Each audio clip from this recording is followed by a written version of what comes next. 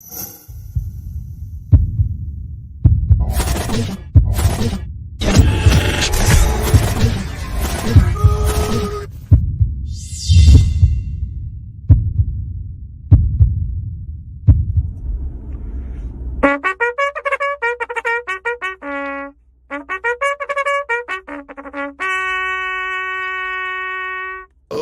how I love that sound. Welcome, welcome, welcome. Good to be back. I had a tremendous 2 days of celebrating my birthday.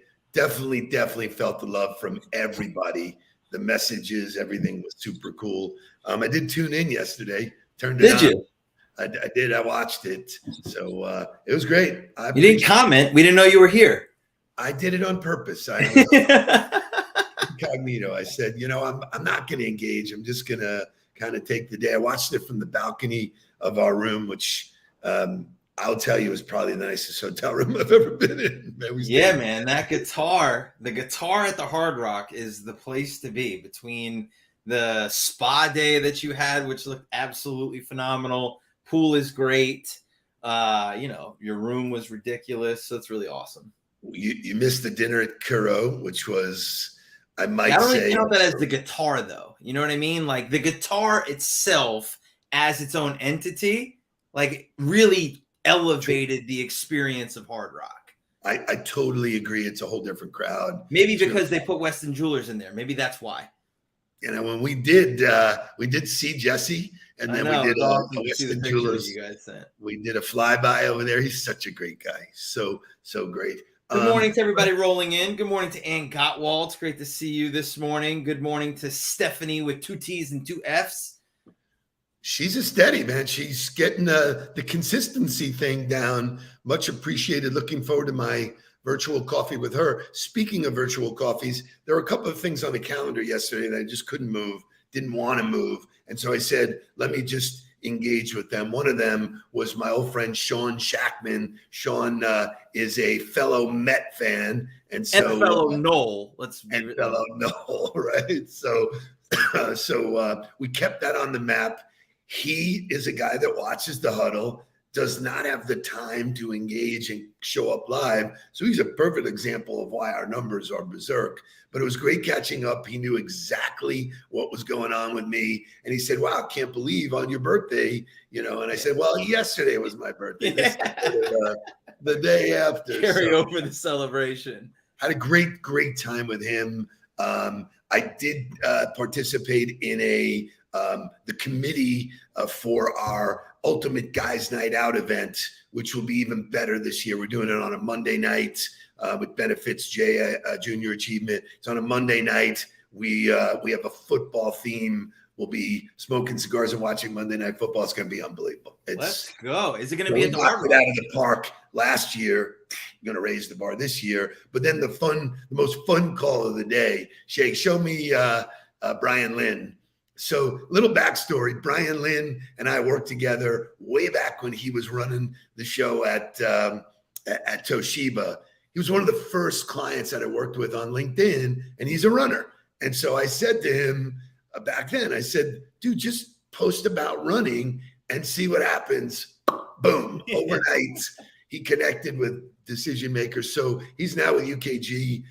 We have a great relationship with them. We work with them throughout each year. We got great news yesterday, but he was giving us little jabs and little fun things about what we're doing, whatever. And then he says, and of course, I'm wearing a gold bar, baby. It was so awesome. Oh, man, it's so fantastic. So just great stuff happening, great stuff. You had a doozy of a situation, which we'll talk about. Let's get to wake up. Yeah, let's do that. Kick the show in the ass and let's go. Wake up, everybody! Get up! Get up! Get up! Get up! Wake up! Come on! Come on! Wake up, everybody! Teach a new way. Maybe then they'll listen what you have to say. Wake up, everybody! No more sleeping in bed. No more about the thinking.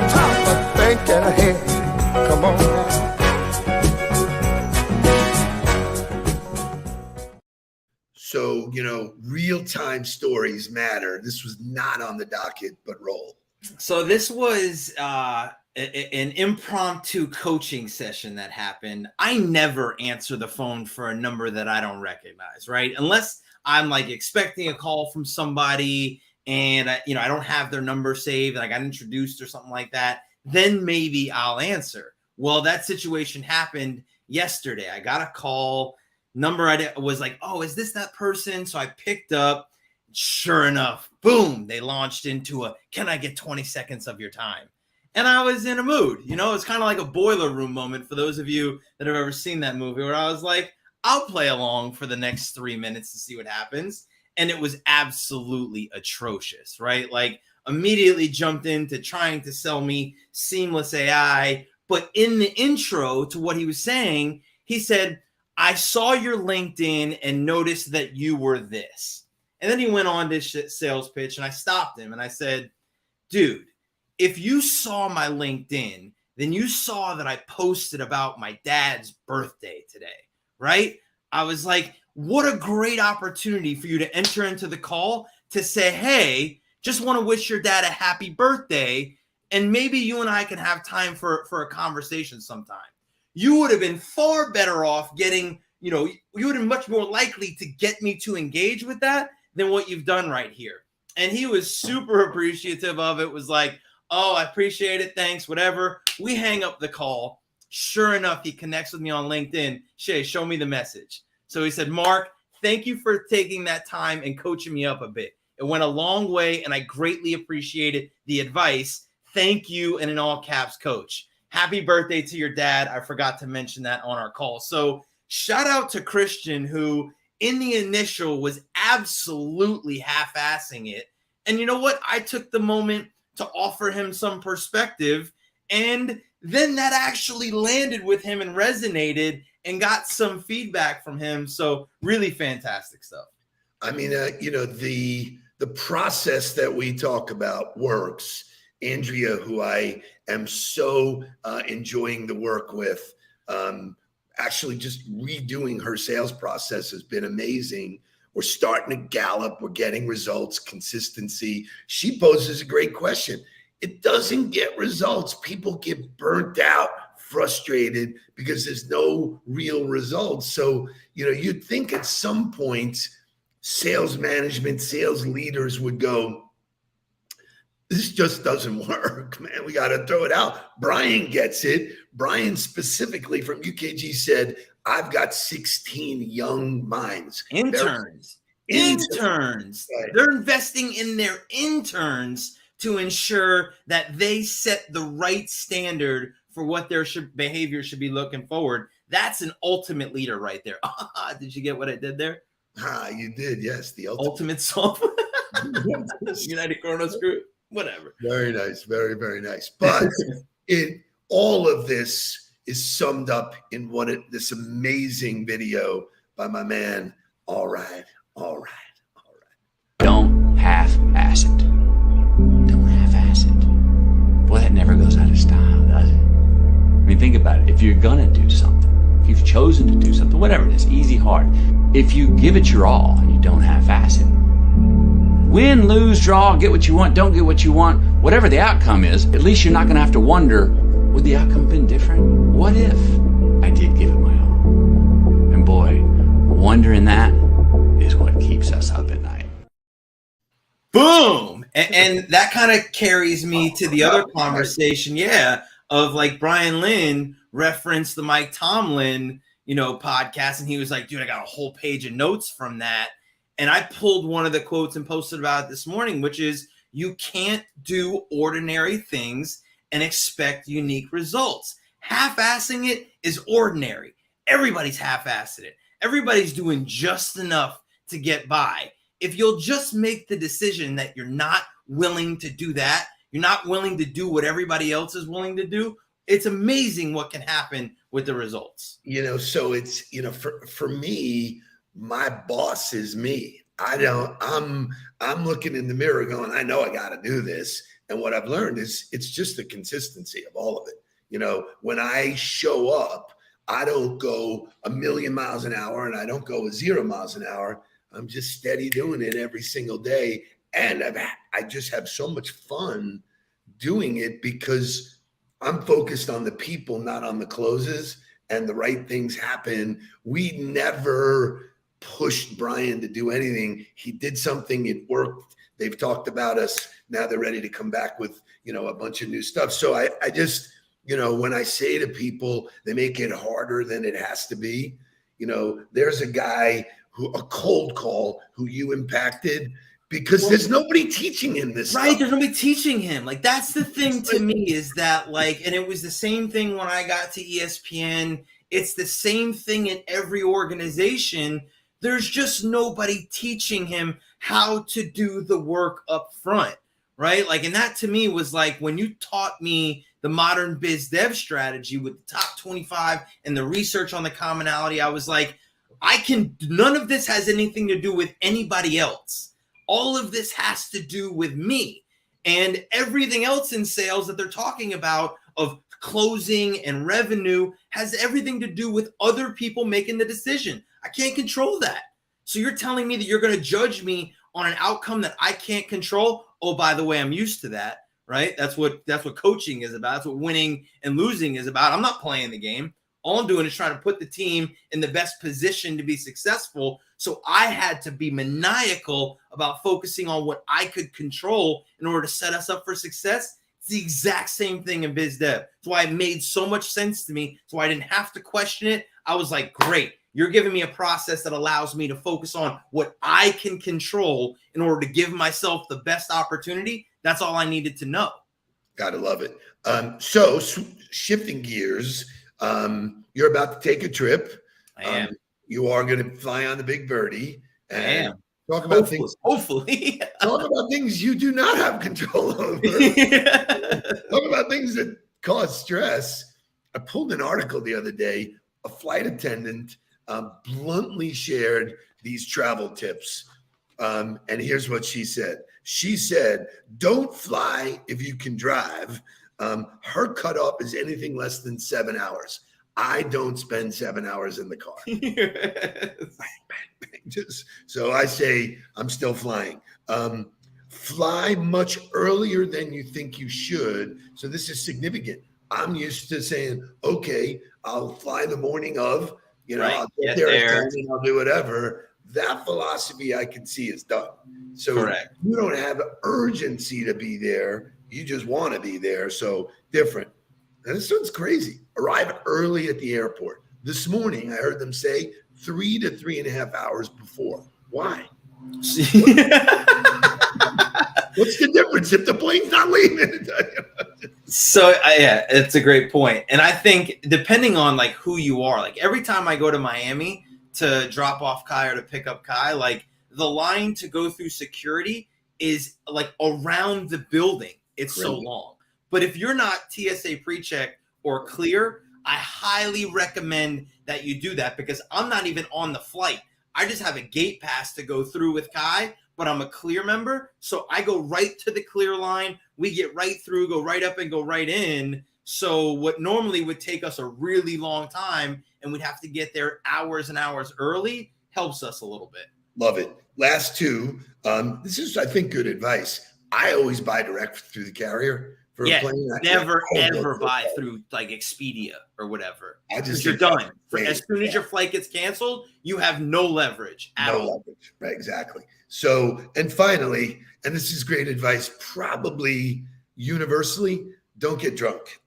It's a bad, Take a shower before you fly. Brush your teeth. Ixnay on any of the perfume. And for the sake of all that is good and holy in the world, don't bring smelly like tuna fish. Don't bring a tuna fish sandwich on the plane. Let me tell you right? something. Like, get your food, eat it off the plane, and then get on the plane like a normal, civilized human being. And here's the thing that irks me on the plane. Do not be the first person to jump up and stand in the aisle with your ass like against my head, just so that you could be standing in. Everybody's going to get off the plane. everybody's going to get off whenever they start letting us off the plane. Sit in your damn seat and wait until it's time for us to get up so I don't have to sit there with your ass in my face. You got to love this shit. You have to love this shit. So it's interesting. So Henry, who is coming to us from a train in Italy, that is commitment. Great way to travel. Great way to travel. But he says as long as you have lounge access. Here's another update about the airlines. They are limiting the time to 3 hours that you can spend in the right. 3 hours prior. You can't go into the lounge unless your flight leaves within the next 3 hours. It's insanity, man. What happened to taking care of the clients? What happened to Delta? What happened to Ed? Where's Ed's protect the customer? Ed just gave us all a big FU. I gotta send Ed a message. Like, hey, bro, you said all this stuff. I have the tape, man. Ed, what are you full of shit? So anyway, let's get to motivational music. It's a doozy, and then we got fun stuff coming up at us.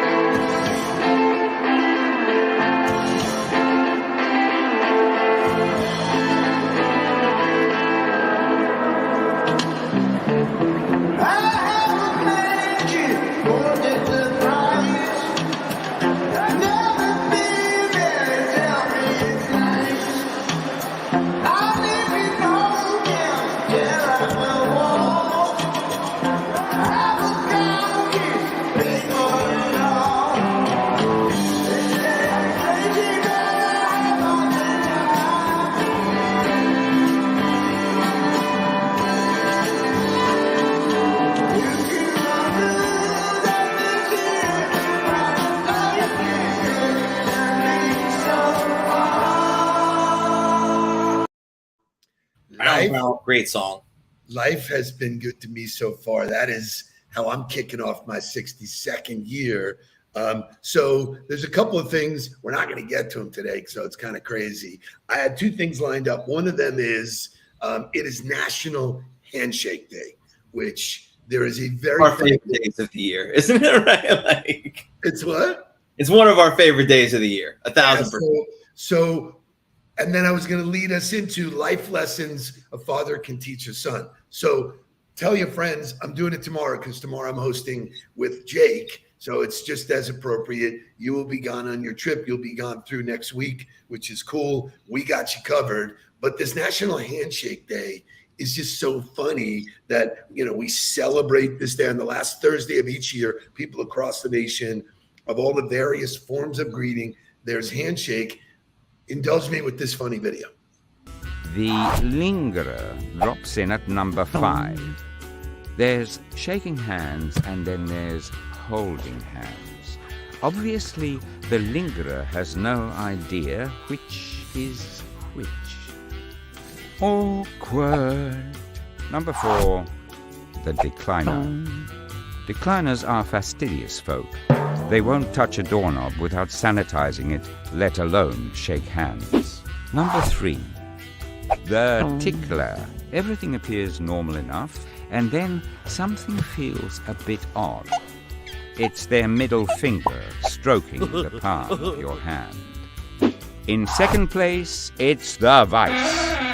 Once you escape the crushing grip of the vice, you can't help but feel sorry for him. He must feel terribly inadequate to shake hands like that. And here it is, the worst of the worst. The bottom of the barrel, the handshake only a mother could love. The dead fish. If handshakes say something about you, this one has to say you're a limp-wristed pushover who's easily battered into submission. It's fantastic. It's fantastic. So we all know the different kinds of handshakes, you know, making the bridge to lessons that I was taught from my grandfather, father, that I handed down to you, no pun, handed down. What did I teach you about a handshake? Firm and look them in the eye. Look them in the eye, man. But that to me, like the firm part is like, you got to have some savvy, because I feel like people hear firm and they become the vice grip. They become like, oh, I got to break somebody's knuckles. And I'm like, would you just relax? Like, have a little savvy to you and give a little grip, but you don't have to crush somebody's hand. Look them in the eye, and it's not that hard. I feel like it's not hard. This is a very simple thing that if you're going to be good in business, you got to be good at the upfront. And while we have virtual handshakes and virtual high fives that we talk about, which I really like. When you like something in social media, that's a high five or a handshake, if you will. But I learned early on, and this was a lesson for me, that it does not change men or women. Like some people, like they shake a woman's hand and they're like, they do the dainty, the dainty, like early on, like women would look at me and they go, yeah, thanks, thanks respect. for shaking. Yeah, it's a sign of respect. Thanks That's for the way I look at it. Right.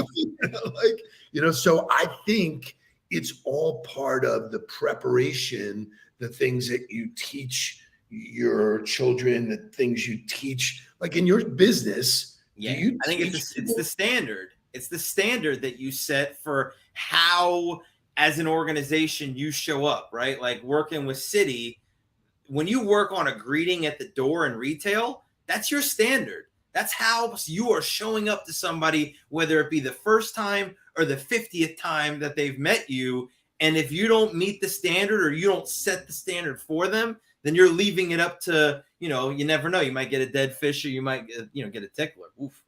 Yeah, or like Laurie says, or get the man who wants to kill a woman.